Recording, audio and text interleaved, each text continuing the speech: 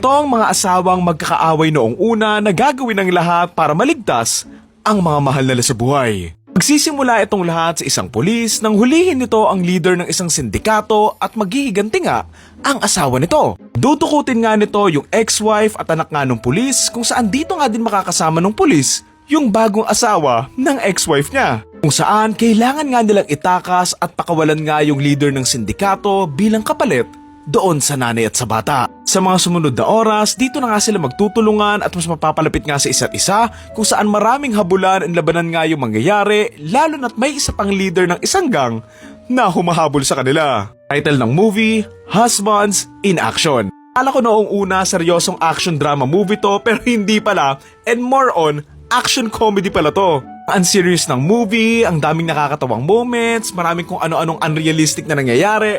Pero, fun pa rin naman siya panoorin, lalo na nga, yung mga action sequences nila. Nakakatuwa pa dito yung tatlong asawa na wala namang interest na maging magkakasama, pero ayun, mapipilitan silang magtulungan dahil nga, pare-parehas kinuha yung mga mahal nila sa buhay eh. Nakakatawa din dito yung bagong laya na boss nga nung isang gang na nahihirapan nga siyang mag-adjust sa panahon ngayon and gusto nga niyang mabalik siya doon sa posisyon nga niya dati kaya nga niya hinahabol yung leader nung bagong leader na sindikato ngayon. Ang tawa pa ako dito nung iniwan niya yung AI box na bilyon-bilyon yung halaga kasi akala nga daw niya parang flash drive or hard drive lang daw yon kasi nga wala pang gano'n nung panahon niya bago siya nakulong eh.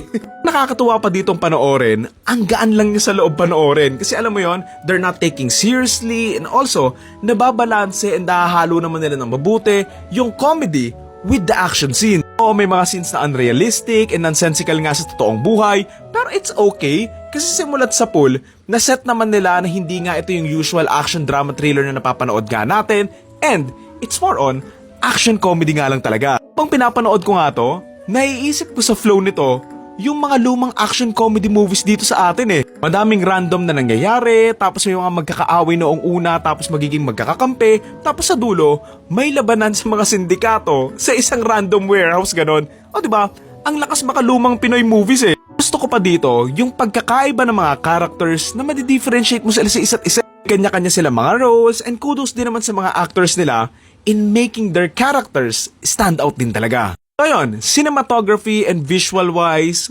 pwede na.